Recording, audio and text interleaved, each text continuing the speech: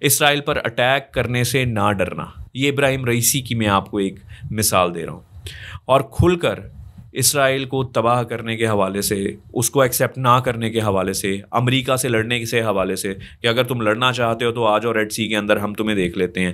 واحد Islamic country اگر کوئی فرنٹ فٹ پر کھیل رہا تھا، اٹس ناٹ اباؤٹ ٹرکی کے بات کچھ کر رہا ہے، کر کچھ رہا ہے، طیب اردگان نہیں، ابراہیم رئیسی یہ واحد کنٹری ہے جو ان کو فرنٹ سے ٹکر بھی دے رہی ہے، ٹف ٹائم بھی دے رہی ہے، اور حماس کو سپورٹ بھی کر رہی ہے۔ اب تک بہت سے لوگ ہیں جو یہ نہیں سمجھ پا رہے ہیں کہ ابراہیم رئیسی یا ایران نے پراپرلی کس طریقے سے سپورٹ کیا ہے۔ حزب اللہ کی بات کریں تو وہ ایران ہی ہے، حزب اللہ ایران کے انڈر آتی ہے، وہ ایرانی ڈکٹیٹرشپ لیتی ہے، جو بھی ایران ڈکٹیٹ کرتا ہے، ابراہیم رئیسی ڈکٹیٹ کرتا ہے، وہی سب کچھ ہوتا ہے حزب اللہ کے تحت۔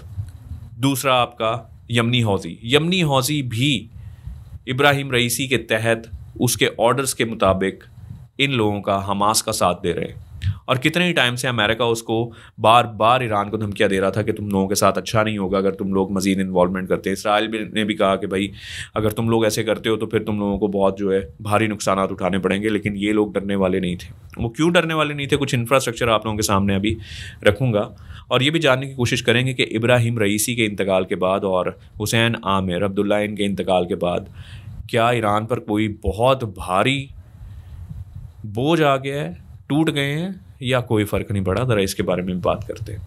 بہرحال ابراہیم رئیسی ہٹ لسٹ کے اوپر تو تھے، کیونکہ یہ پیچھے نہیں ہٹتے تھے، یہ یورپ کو، امریکہ کو، اسرائیل کو شیطان ہی بولتے ہیں، یہ اس سے نیچے نہیں آتے تھے۔ مطلب یہ آپ کی وہ ایرانی کمیونٹی ہے جن کی نظر میں ہاں ڈپلومیٹک ورڈز یوز کرتے ہیں کہ جان بوجھ کر ایسے الفاظ نہ بولے جائیں بڑے فورمز کے اوپر کہ بھائی کوئی اس قسم کا ایشو بنے۔ آپ کو پتہ ہے امریکہ ہیومن رائٹس کا اور اس قسم کی اخلاقیات کا سب سے بڑا علم بردار بنتا ہے۔ بہرحال وہ یوز نہیں، لیکن ایران کے اندر کی اگر آپ کنڈیشنز دیکھیں گے تو یہ واحد نیشن ہے جس کے اندر پورے نغمے ہیں اسرائیل کو تباہ کرنے کے۔ وہ بھی میں ایک علیحدہ ویڈیو بناؤں گا کہ ایران اسرائیل کو کس نظر سے دیکھتا ہے اور کیا مشن ہے اس کا۔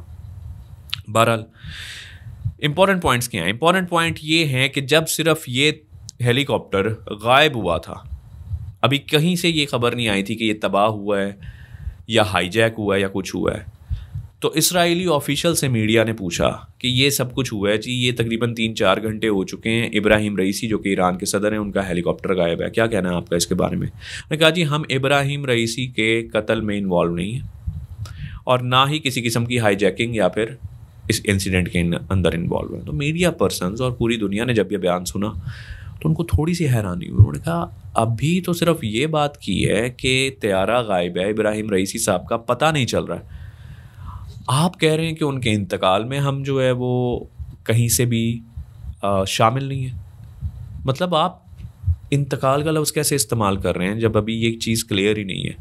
تو اس سے بہت سے لوگوں کے دماغ چلنے لگ گئے تھے کہ یار کچھ تو دال میں کالا ہے۔ بہرحال اس کے کچھ ٹائم بعد پتہ چل گیا کہ ہیلی کاپٹر تباہ ہو چکا ہے اور یہ لوگ شہید ہو چکے ہیں۔ دین اس کے علاوہ ایک اور ٹویٹر ہینڈل ہے جس کو گولڈن بٹن ملا ہوا ہے، اور وہ ٹویٹر ہینڈل اس کا نام ہے اسرائیل وار روم۔ اور یہ جو گولڈن ٹک ملتا ہے نا، یہ گولڈن ٹک نارمل لوگوں کو نہیں ملتا، یہ پرچیز کرنا پڑتا ہے، اور یہ صرف اور صرف گورنمنٹس کو ملتا ہے ٹویٹر کے اوپر۔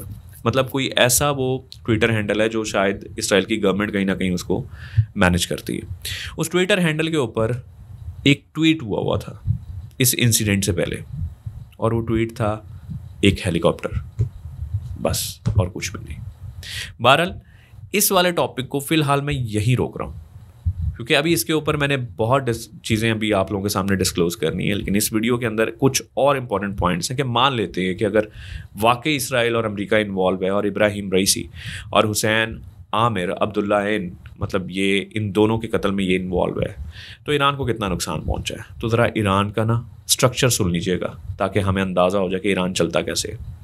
ایران میں سب سے بڑی پاور دا سپریم لیڈر ہوتا ہے، اور سپریم لیڈر ایران کے اندر ہے آیت اللہ علی خامنائی یا خمینی، ان دونوں میں سے آپ جو بھی پروناؤنس کر لیں۔ آیت اللہ علی خامنائی کے انڈر آتا ہے پریزیڈنٹ یعنی کہ ابراہیم رئیسی اب تک، جوڈیشری پورے کا پورا عدالتی نظام، پارلیمنٹ پوری کی پوری پارلیمنٹ، گارڈین کونسل، آرمی، یہ ساری دا سپریم لیڈر آیت اللہ علی خامنائی کے انڈر آتی ہے۔ اور دوسری بات، چلیں ابراہیم رئیسی کا انتقال ہو گیا، اب کیا بنے گا اس ملک کا؟ دوسرا پریزیڈنٹ نامینیٹ ہو چکا ہوا ہے. ایک دن کا ٹائم، 1 منٹ کا ٹائم نہیں لگا اس چیز پہ. میں کیوں کہہ رہا ہوں 1 منٹ کا ٹائم نہیں لگا؟ کیونکہ ان کے وائس پریزیڈنٹ پہلے سے ہی اس چیز کے لیے تیار تھے. ان کے پاس ہمیشہ پلان بھی ہوتا ہے، یہ ڈرتے نہیں ہیں، پریشان نہیں ہوتے ہیں، یہ بہت ہی آئیڈیل سچویشن میں ان ساری چیزوں کو لے کر ہینڈل کرتے ہیں. تو بہرحال جو دوسرے اس وقت صدر جن کا نام آ رہا ہے کہ بھائی وہ بننے والے ہیں یا بن چکے ہیں، وہ محمد مخبر. اور کسی پارلیمنٹیرین کو کسی بھی سسٹم کے تحت چلنے والی چیز کو کوئی نقصان نہیں ہوا. بہرحال اگر آپ چاہتے ہیں کہ میں ابراہیم رئیسی کے بارے میں تھوڑی سی ڈیٹیلڈ ویڈیو بناؤں تو کمنٹ میں یس لکھیے گا، یا پھر یہ ضرور لکھیے گا کہ ہاں جی ہمیں ویڈیو چاہیے، کیونکہ یہ شخص بہت اہم پرسنالٹی تھا ایران کی. اور اس کو مار کر اگر اسرائیل نے مارا ہے تو اس سے کیا نیریٹو دینا چاہ رہا تھا، یا پھر اگر اسرائیل نے نہیں مارا تو وہ کون ہے جو یہ چاہتا ہے کہ ایران اور اسرائیل کی جنگ ختم نہ ہو؟ فلسطین، ایران، اسرائیل، اس کے علاوہ کوئی اور ملک بھی اس کے اندر انوالو ہو جائے. کون لوگ ہیں جو چاہتے ہیں کہ ورلڈ وار کی طرف بات چلے؟ تو بہرحال ایک چھوٹی سی ویڈیو اس لیے بنائی کہ ہم اس موضوع کو لے کر آگے بڑھ سکیں. ابھی ہم نے مزید ان چیزوں کو لے کر ڈسکس کرنا ہے. تو مجھے بتائیے گا کہ کیا ابراہیم رئیسی کے بیک گراؤنڈ کے بارے میں، بایوگرافی کے بارے میں کیا تھا، کتنا اسٹرانگ تھا، اور مارنے کے پیچھے کیا عزائم ہو سکتے ہیں؟ اگر وہ جاننا چاہتے ہیں تو اس ویڈیو کو لائک کریں، چینل کو سبسکرائب کریں، بیل آئیکن کو ضرور پریس کیجیے گا، کمنٹ سیکشن میں اپنی رائے کا اظہار ضرور دیجیے گا. اب سے انشاءاللہ ریگولر ویڈیوز ان سارے ٹاپکس کو لے کر آپ لوگوں کے سامنے رکھوں گا. بہت جلد نیکسٹ ویڈیو میں ملاقات ہوتی ہے، تب تک خیال رکھیے گا. السلام علیکم.